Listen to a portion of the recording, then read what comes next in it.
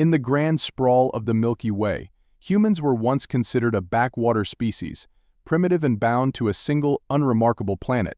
But in recent centuries, something changed.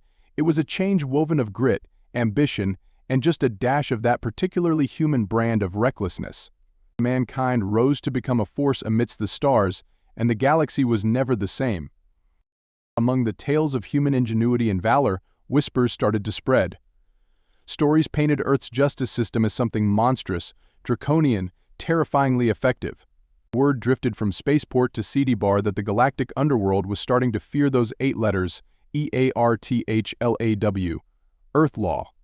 Why? Because once the humans set their sights on you, it seemed there was nowhere to run, nowhere to hide.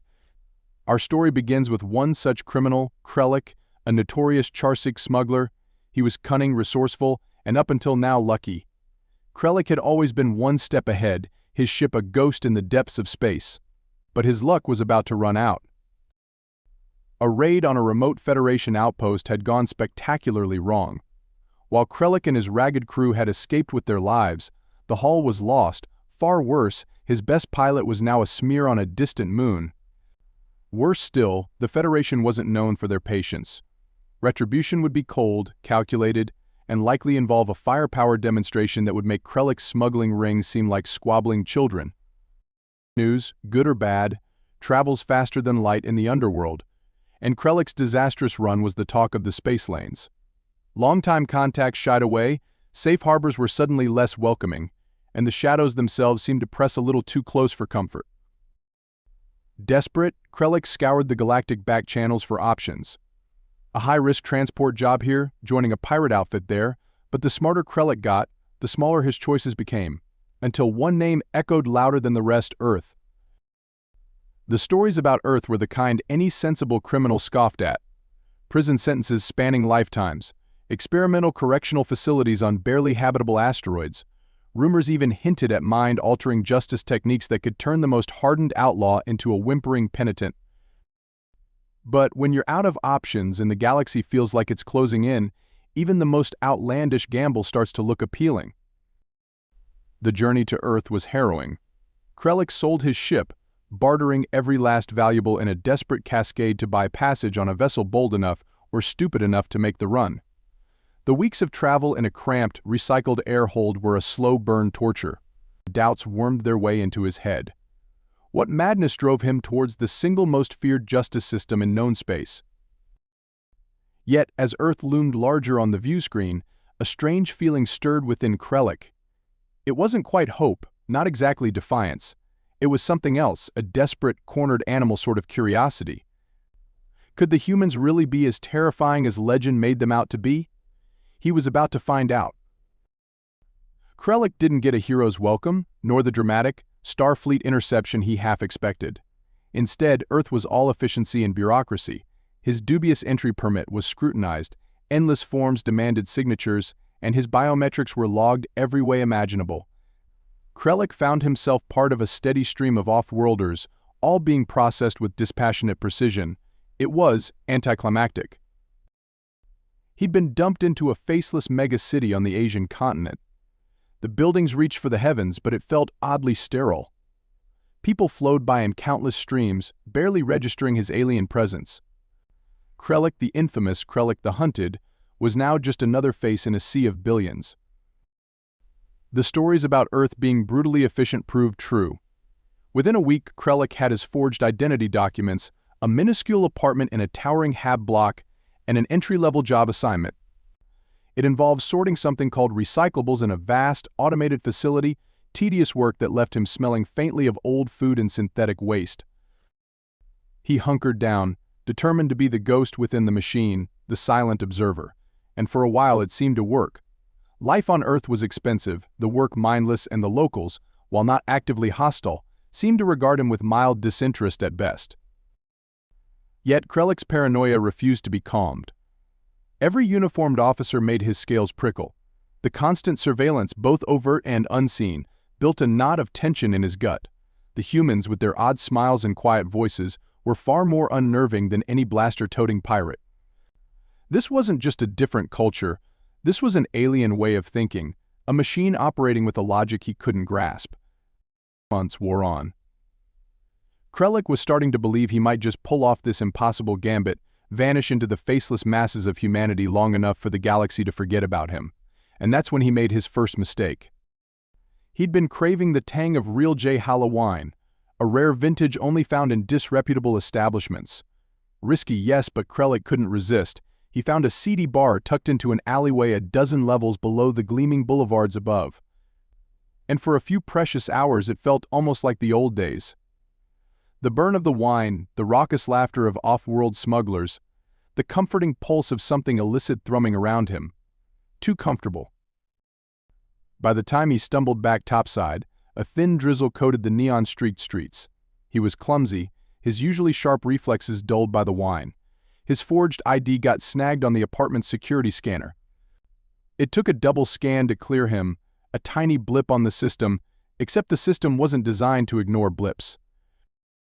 It was less than an hour later when two officers knocked on his flimsy door. No shouting, no blasters drawn, just impeccably polite humans in crisp blue uniforms. "Mr. Krellik," one of them had inquired, the faintest hint of amusement in his eyes, "there seems to be a discrepancy with your residency permit." Krellik knew the game was up. The speed with which they'd tracked him down was mind-boggling. The forged ID, the night out, it had all been a test, a way to flush him out of hiding. He didn't resist when they cuffed him, resignation mixed with a perverse sort of awe settling over him.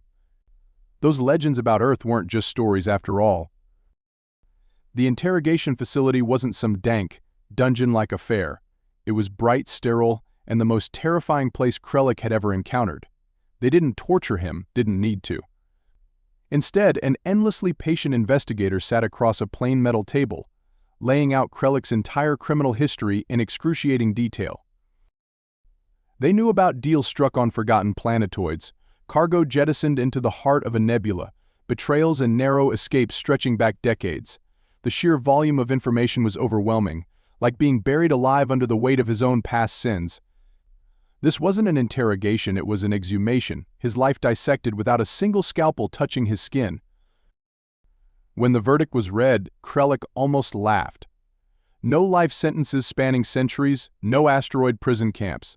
Instead, something far more insidious, a medium security complex where the focus was rehabilitation. There would be therapy sessions, vocational training, and endless lectures on the virtues of law-abiding behavior. It was, by galactic standards, a slap on the wrist. Yet the humans were so damnably certain of their system, smug even, as if they knew the sentence itself was the ultimate punishment. At first, the prison was almost a relief. No longer living a shadow existence, no flinching at every noise. Just a dull routine punctuated by bland meals and even blander attempts at reforming his criminal mind. The therapy sessions were laughable, soft-spoken humans trying to convince him, a Charsik hardened by a life among the stars, that he should care about the feelings of his victims. The boredom ground away at him. Earth wasn't breaking his spirit, it was smothering it with well-meaning banality. After a year, Krellik was more desperate to escape than he'd been when facing the Federation fleet. But this prison was different, the bars invisible, and the guards far more cunning. Then came the work assignments. Inmates were farmed out to various public works projects. Krellik ended up on a landscaping crew, tending the manicured lawns of a sprawling government complex. He'd gone from notorious smuggler to glorified gardener, a humiliation that would have had his old crew howling with laughter. But hidden in plain sight, an opportunity presented itself. High-priority personnel frequently moved through the complex, politicians, scientists, officials with security clearances that could make Krellik vanish into the galactic underworld once again. Krellik began to observe the shift patterns of less diligent guards, the routes dignitaries favored, the blinking blind spots in the surveillance nets. It was a long game, a desperate gamble played in stolen moments amid neatly trimmed flower beds. Months stretched into a year.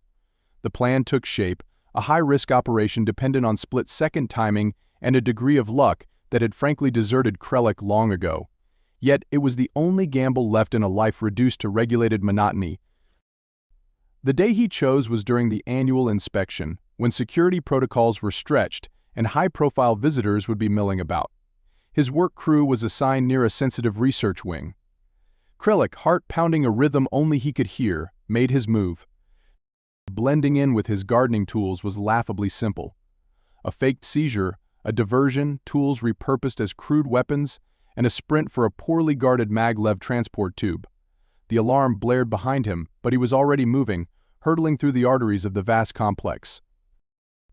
It was exhilarating. Fear and adrenaline buzzed in his veins, a stark contrast to the soul-numbing safety of prison life. The carefully laid plans fell into place with a precision that startled him.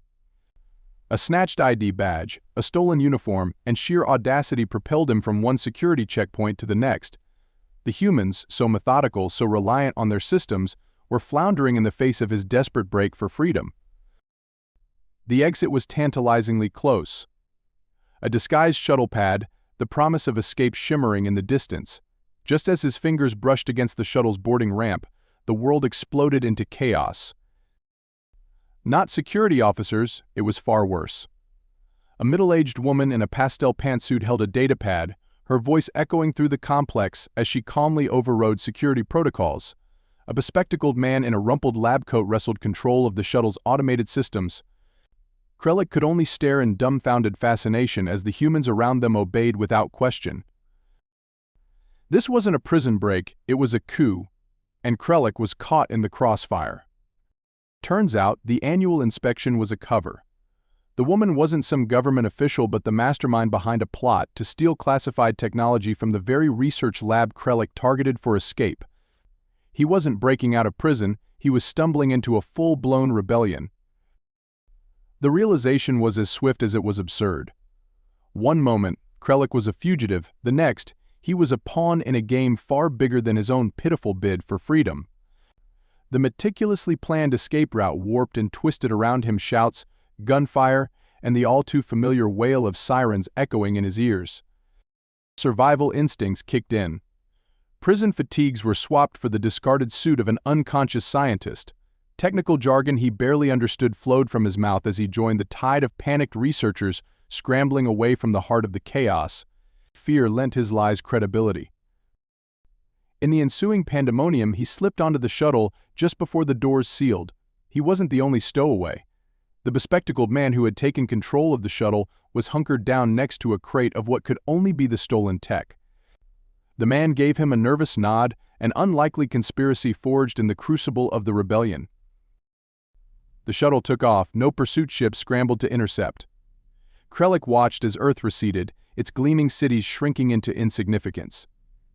The irony wasn't lost on him, he'd yearned for this moment, and now he was fleeing with a bunch of terrified scientists and their stolen government secrets.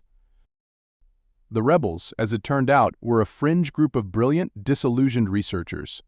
They spoke of Earth's justice system not with fear, but with disgust, citing overpopulation, vast wealth disparity, and covert governmental control concealed behind the facade of rehabilitation. Whatever their true motives, they'd given Krellik a way out. The drop-off point was a remote asteroid colony, a haven for outcasts and those seeking to live beyond the reach of established powers. Krellik was handed a wad of credits, enough to disappear into the fringes and start anew. Before disembarking, the bespectacled man shook his hand, an amused glint in his eye. Sometimes, the scientist said, the most effective jailbreak is the one you never saw coming. Epilogue. Krellik never returned to his old life. The stolen credits funded a nondescript ship and a new identity far away from his infamous past. He dabbled in legitimate trade for a while, finding a strange satisfaction in the mundane act of honest commerce. The stories of his time on Earth became a cautionary tale whispered in dim-lit spaceports. Krellik, the smuggler who sought sanctuary in the belly of the beast, only to stumble out with his reputation a bit battered, a few credits richer, and a worldview forever skewed. Sometimes, from the bridge of his ship, he would look out at the tapestry of stars and wonder if the humans had ever even noticed his disappearance amidst the grand scheme of their rebellion. And then, he would smile. For a brief, insane moment, Krellik had been part of something far more daring, far more dangerous than any smuggling run. He'd glimpsed the cracks beneath Earth's gleaming surface and, in the process, found a kind of freedom he'd never anticipated. Was this the escape story you expected? Let us know in the comments. If you enjoyed this tale of human ingenuity, unexpected alliances, and the strange twists of fate in the galactic underworld, be sure to like, subscribe, and share.